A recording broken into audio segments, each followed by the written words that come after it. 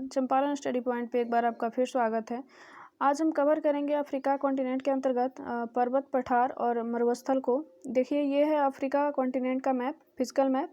इसमें हम कवर करेंगे इसमें कितने पर्वत हैं, कितने पठार हैं और कितने मरुस्थल हैं। इन सभी को कवर करेंगे और उनकी अवस्थिति जानेंगे, उनकी खासियत भी जानेंगे, आखिर वो किस लिए हम उन्हें पढ़ रहे हैं। तो सबसे पहले मैं अपने हर वीडियो में बताती हूँ कि कभी भी आप मैप पढ़िए, आप उस मैप की पॉलिटिकल स्थिति पढ़िए या फिजिकल, उसको आप एक सीक्वेंस में पढ़िए ताकि जब आप आंख बंद करें तो आपके दिमाग में बिल्कुल वो मैप इमेजिन होता रहे। तो देखिए, हम उत्तर से दक्षिण का क्रम रखेंगे और ये महाद्वीप भी देखिए, ये उत्तर से दक्षिण की तरफ ही है। उत्तर में ये बहुत ही चौड़ा है और दक्षिण की तरफ ये पतला संकरा भाग है। देखिए, तो शुरू करते हैं हम मोरक्को के एटलस माउंटेन से। देखिए, ये सबसे बड़ा माउंटेन है अफ्रीका का, एटलस माउंटेन। देखिए, ये 3 देशों में फैला हुआ है। देखिए, ये है मोरक्को, ये अल्जीरिया और ये ट्यूनीसिया। ये देख सकते हैं आप, इस तरह ये फैला हुआ है माउंटेन। ये मोरक्को है और ये बड़ा सा अल्जीरिया है और ये छोटा सा पार्ट ट्यूनीसिया का है। तो ये 3 तरह से 3 देशों में फैला हुआ है ये माउंटेन।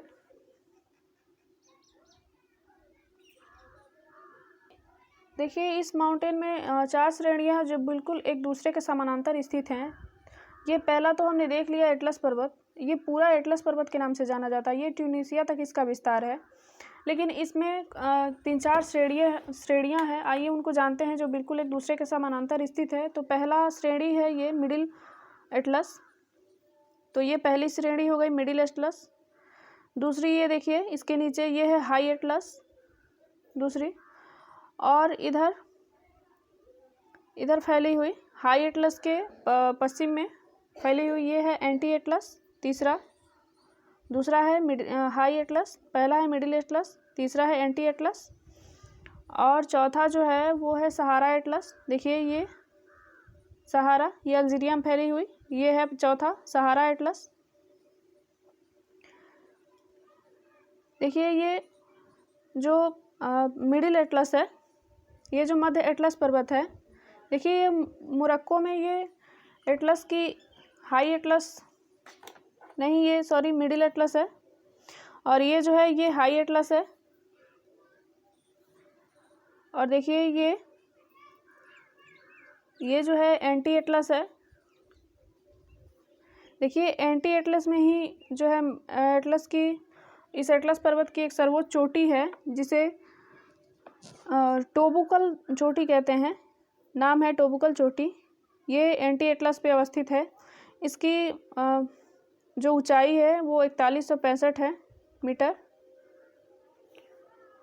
और फिर देखते हैं ये सहारा एटलस जो है अल्जीरिया में मुख्य रूप से।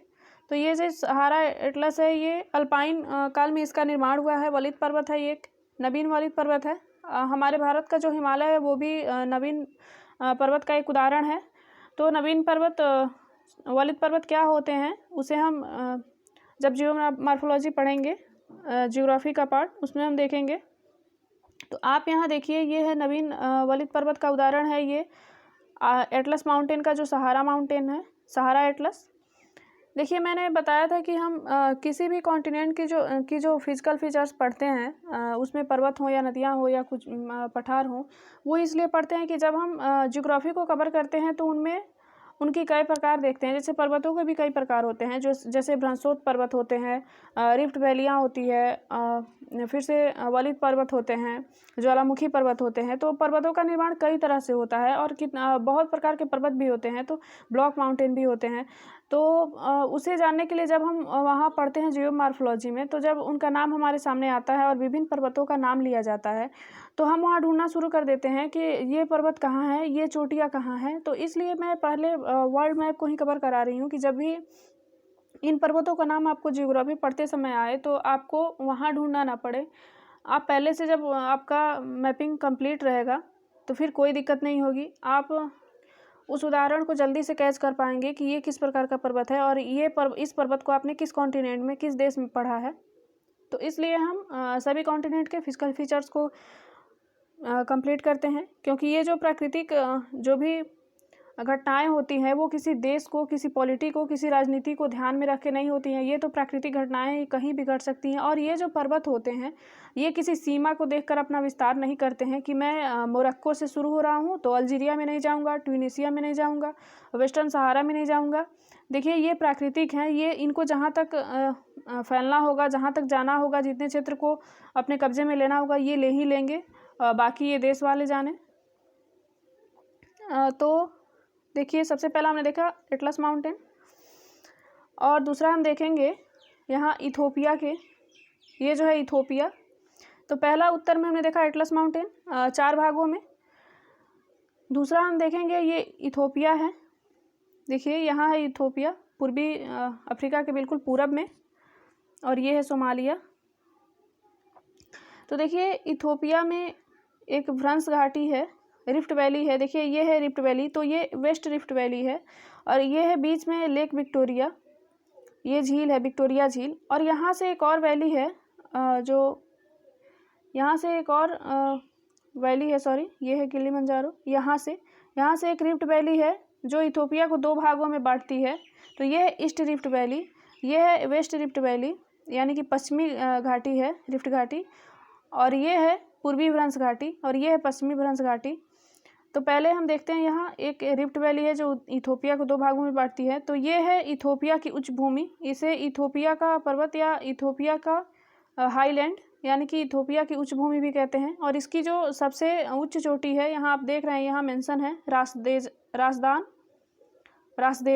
यहाँ पे लिखा है रासडेजन, इसे रासदान भी कहते हैं। ये है इथोपिया की सबसे ऊंच चोटी।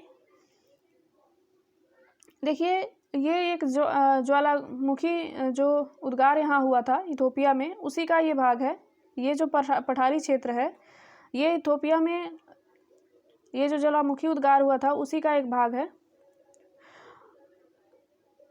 और देखिए यहाँ जो भ्रंश घाटी है, मैंने बताया था यहाँ एक रिफ्ट वैली है, जैसे ये रिफ्ट वैली है पश्चिम की तरफ, वैसे पूरब की तरफ भी एक रिफ्ट वैली है। तो यहाँ की सबसे ऊंची चोटी है इस पठारी क्षेत्र इथोपिया जो हाईलैंड है, इथोपिया जो पठार है, उसकी जो सबसे ऊंच चोटी है वो है रासडेजन। तो 2 हमने देखा, पहला एटलस का और दूसरा हमने देखा ये रासडेजन का। अब देखिए ये देखते हैं एक माउंट केन्या। देखिए इस मैप में माउंट केन्या मेंशन नहीं है, लेकिन फिर भी देखेंगे हम। देखिए ये है केन्या देश, ये देख सकते हैं, ये है केन्या, और ये है केन्या से लगा हुआ ये है युगांडा, और ये लेक विक्टोरिया है। तो ये केन्या में है माउंट केन्या। ये जो भूमध्य रेखा जा रही है ये 0 डिग्री इक्वेटर जा रही है, ये 0 डिग्री इक्वेटर है, बिल्कुल इसी पर अवस्थित है माउंट केन्या। यहाँ माउंट केन्या की चोटी, और एक है माउंट केन्या से ये भूमध्य रेखा के पास ही यहाँ एक है माउंट एल्गन। देखिए तो ये भूमध्य रेखा से उत्तर में थोड़ा सा हटके है ये चोटी, लेकिन ये जो माउंट केन्या है बिल्कुल भूमध्य रेखा पर ही स्थित है केन्या में। और ये केन्या और युगांडा जो है, केन्या और युगांडा की सीमा पर अवस्थित है ये जो माउंट एल्गन। ये एक सक्रिय ज्वालामुखी पर्वत है। सक्रिय ज्वालामुखी का मतलब हुआ कि यहाँ समय समय पर ज्वालामुखी उद्गार अभी भी हो रहा है, वो सक्रिय ज्वालामुखी है तो उद्गार होता ही रहेगा। तो ये सक्रिय ज्वालामुखी पर्वत का उदाहरण है। आइए फिर से एक बार देखते हैं, ये केन्या है, और केन्या में ये जो भूमध्य रेखा है बिल्कुल इस पर अवस्थित है माउंट केन्या। और माउंट केन्या की सबसे ऊंची चोटी है, ये केन्या देश की सबसे ऊंची चोटी है, और ये पूरा अफ्रीका कॉन्टिनेंट की बात कर रहे हैं तो दूसरी नंबर की सबसे ऊंची चोटी है। पहली नंबर की जो चोटी है वो है माउंट किलिमंजारो, यहाँ आप देख रहे हैं ये है माउंट किलिमंजारो, जिसकी ऊंचाई है 5895, लगभग 5900 आप बोल सकते हैं, 5 मीटर कम। तो 5895 मीटर जो है ये किलिमंजारो, ये अफ्रीका की सबसे ऊंची चोटी है पूरे अफ्रीका कॉन्टिनेंट की। लेकिन केन्या में जो ये माउंट केन्या है ये बिल्कुल भूमध्य रेखा पर स्थित, ये जो है ये दूसरे नंबर की, ठीक माउंट किलिमंजारो के ऊपर जो ये माउंट केन्या है ये दूसरे नंबर की सबसे ऊंची चोटी है। और इसकी जो ऊंचाई है वो 5200, पूरे की पूरी 5200 मीटर इसकी ऊंचाई है। देखिए ये भी एक ज्वालामुखी पर्वत है, ये भी एक ज्वालामुखी पर्वत है और ये ज्वालामुखी से ही निर्मित है। फिर देखते हैं माउंट एलगन को। तो माउंट एलगन को भी हमने जाना था, ये यहाँ युगांडा, ये है युगांडा और ये है केन्या। तो माउंट एलगन जो है ये युगांडा और केन्या की सीमा पर है, लेकिन भूमध्य रेखा से उत्तर में है और ये भूमध्य रेखा के ऊपर ही स्थित है केन्या। तो हमने अभी तक कितना देख लिया। पहला हमने देखा था ऊपर एटलस, दूसरा हमने इथोपिया की चोटी देखी, इथोपिया हाईलैंड की, तीसरा हमने देखा माउंट केन्या को जो भूमध्य रेखा के ऊपर स्थित है, और दूसरी केन्या की पहली ऊंची चोटी है और पूरे अफ्रीका महाद्वीप की दूसरी सबसे बड़ी चोटी है। और फिर युगांडा और केन्या की सीमा पर हमने देखा माउंट एलगन को, जो भूमध्य रेखा से थोड़ी सी ऊपर उत्तर में स्थित है। फिर हम देख रहे हैं यहाँ, ये है माउंट किलिमंजारो। देखिए ये है माउंट किलिमंजारो। इस पर्वत को माउंट कीबो के नाम से भी जाना जाता है और मैंने अभी बताया है कि ये पूरे अफ्रीका कॉन्टिनेंट की सबसे ऊंची पर्वत चोटी है। और ये ज्वालामुखी के जो अवशिष्ट होते हैं, ज्वालामुखी जब उद्गार होता है उसके बहुत सारे अवशिष्ट पदार्थ निकलते हैं, उसी से निर्मित यह चोटी है। देखिए, और इसकी स्थिति देखिए आप, इसकी स्थिति ये है तंजानिया में, ये तंजानिया, देखिए ये तंजानिया देश है, तो तंजानिया में इसकी अवस्थिति है, यानी कि तंजानिया में ये अवस्थित है। देखिए ये जो किलिमंजारो चोटी है, इसका जो ढाल है, अब पर्वत जो होते हैं, ऐसे पर्वत होते हैं तो इनका ढाल तो होता ही है। तो ये जो इनकी ढाल है, मतलब इनका जो नीचे का क्षेत्र है, यहाँ पे कॉफ़ी की बहुत खेती की जाती है अफ्रीका में। देखिए विषुवत रेखा जो ये जा रही है 0 डिग्री, भूमध्य रेखा या विषुवत रेखा, इससे ये बहुत दूर अवस्थित है, लगभग 300 से 350 किलोमीटर दूर है। फिर भी इसकी चोटी पर जो है सालों भर बर्फ आच्छादित रहते हैं। किलिमंजारो की जो चोटी है, हालांकि बहुत ऊंची भी है, 5895। तो आप जानते हैं, आपने पढ़ा होगा क्लाइमेटोलॉजी में, जब हम ऊपर की तरफ जाते हैं तो एक निश्चित किलोमीटर पर जो है दूरी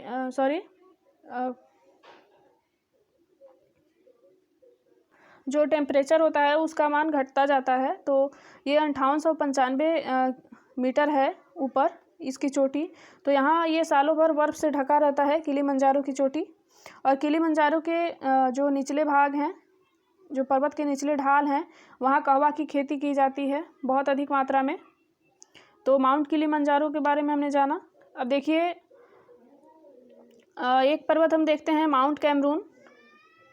देखिए ये भी अफ्रीका का सक्रिय ज्वालामुखी पर्वत है। देखिए यहाँ कैमरून देश आप देख रहे हैं, ये है कैमरून। देखिए अभी तक जो भी हमने पर्वत देखा, अफ्रीका के पूर्वी भाग में देखा, एक उत्तर में देखा था हमने एटलस पर्वत, और उसके बाद हमने देखा अफ्रीका के पूर्वी भाग में उत्तर से दक्षिण की तरफ क्रम में हमने देखा 3 से 4 पर्वतों को। और एक हम यहाँ देखेंगे माउंट कैमरून। देखिए ये है माउंट कैमरून, 4040 किलोमीटर इसकी चोटी है, यहाँ मेंशन भी है माउंट कैमरून, ये कैमरून देश है। तो देखिए ये भी सक्रिय ज्वालामुखी पर्वत है। अब देखिए ये है कैमरून, इसके तटीय क्षेत्र में अवस्थित है। देखिए ये साउथ अटलांटिक ओशन है, अटलांटिक महासागर है, और ये कैमरून देश है जो तो अटलांटिक महासागर के तट पर ही अवस्थित है ये चोटी माउंट कैमरून। और ये अफ्रीका का सबसे आर्द्र स्थान है, सर्वाधिक, बहुत ही आर्द्र स्थान है अफ्रीका में, इससे ज़्यादा आर्द्र स्थान कोई नहीं है। तो पूरे अफ्रीका महाद्वीप का सबसे आर्द्र स्थान है ये माउंट कैमरून चोटी। अब देखिए हमने पर्वतों को देख लिया, अब हम देखेंगे पठारों को। तो आइए देखते हैं सबसे पहले यहाँ से नाइजीरिया से। देखिए ये है नाइजीरिया। नाइजीरिया में हम देखेंगे जॉस का पठार।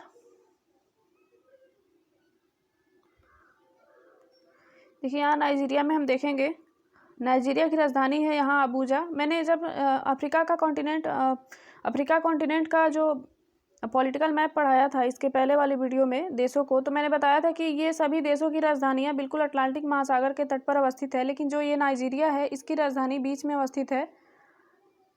तो इसकी राजधानी है अबूजा।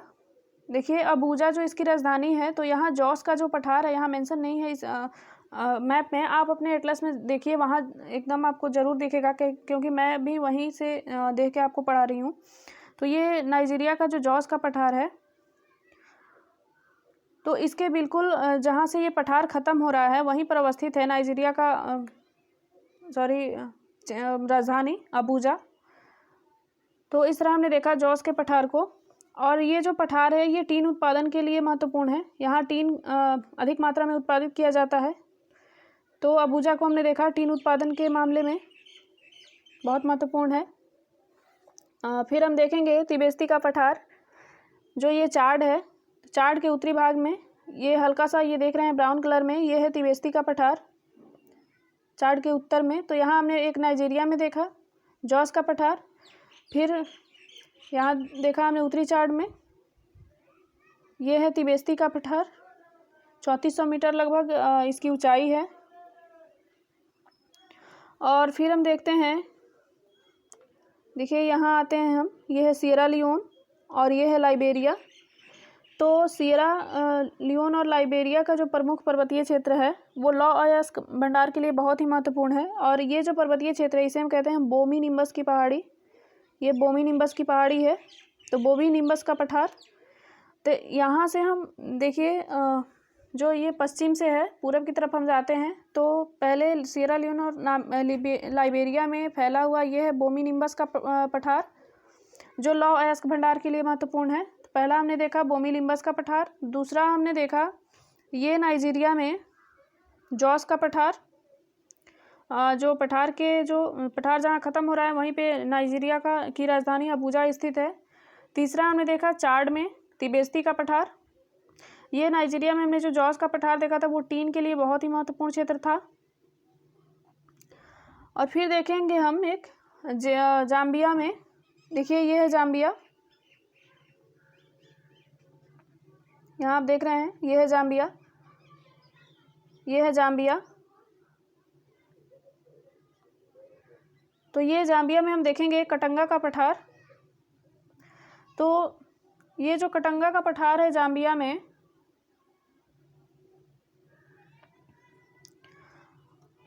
ये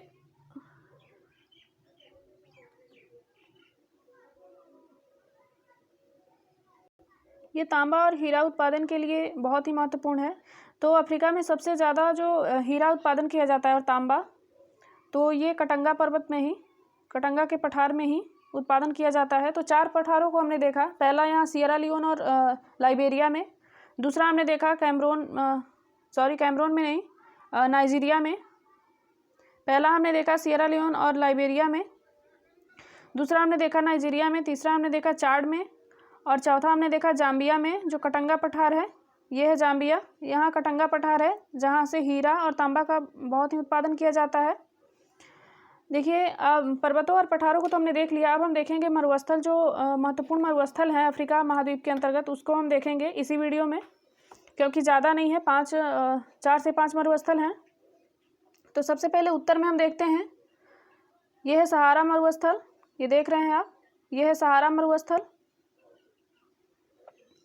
देखिए ये जो 15 डिग्री अक्षांश है,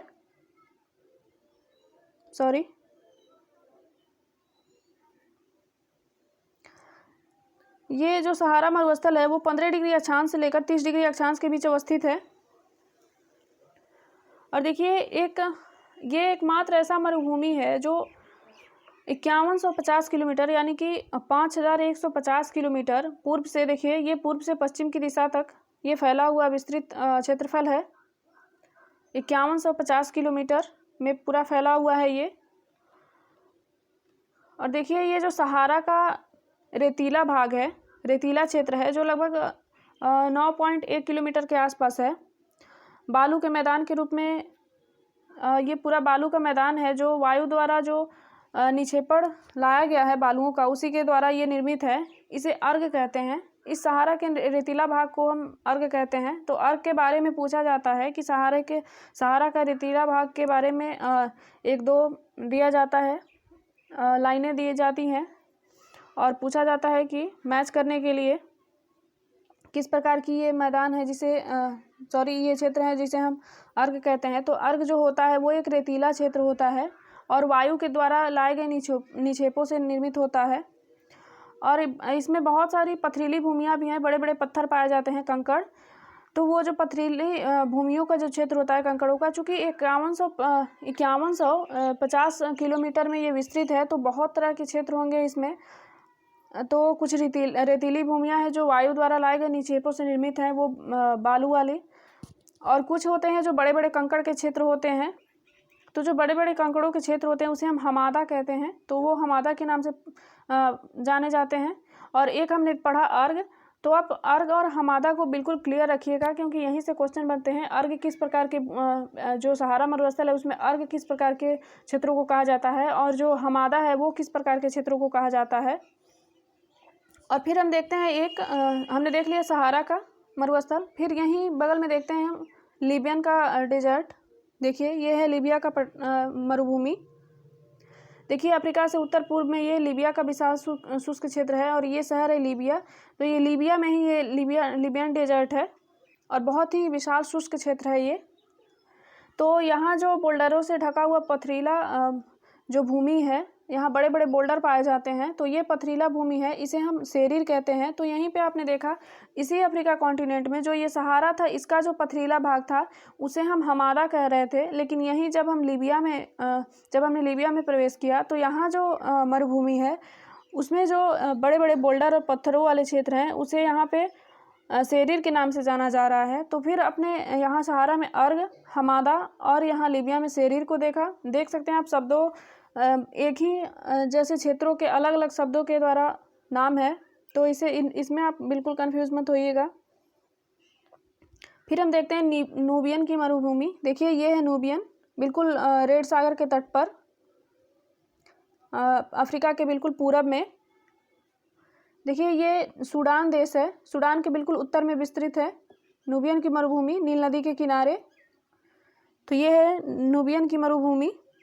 तो इस तरह 3 मरुस्थल को हमने देखा। पहला सहारा का मरुस्थल, दूसरा लीबियन का मरुस्थल, तीसरा नूबियन की मरुभूमि यानी कि नूबियन मरुस्थल। चौथा हम देखते हैं नामीब मरुभूमि। देखिए ये बिल्कुल दक्षिण में है। 3 हमने यहाँ उत्तर में देखा, 4 हम देखेंगे। देखिए उत्तरी अफ्रीका हमने पढ़ाया था, तो उत्तरी अफ्रीका में ये तीनों देश जो हैं उत्तरी अफ्रीका के, इसी में ये तीनों मरुस्थल अवस्थित हैं, ये सहारा, लीबिया और ये नूबियन। अब देखते हैं हम नामीब मरुभूमि को। देखिए ये दक्षिण अफ्रीका में ये है नामीबिया। देखिए नामीबिया के नाम से ही इसे नामीब मरुभूमि कहते हैं। देखिए ये नामीबिया से ये साउथ अफ्रीका तक ये लंबी एक विस्तृत श्रृंखला है नामीब डेजर्ट की, और बहुत ही गर्म शुष्क मरुस्थल है ये नामीब का मरुस्थल। और यहाँ 2 प्रकार की जनजातियाँ पाई जाती है, खोई और बुशमैन। आपने नाम सुना होगा, ये खोई और बुशमैन जनजातियाँ बहुत ही फेमस है। ये जनजातियाँ यहाँ पाई जाती हैं इस नामीब के पठार में, मरुस्थल में।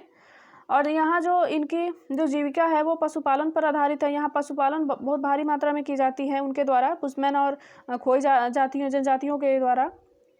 और हीरे के भंडार के लिए ये महत्वपूर्ण क्षेत्र है। ये नामीबिया का जो डेजर्ट है जो साउथ अफ्रीका तक विस्तृत है, वो हीरे के भंडार के लिए भी महत्वपूर्ण है।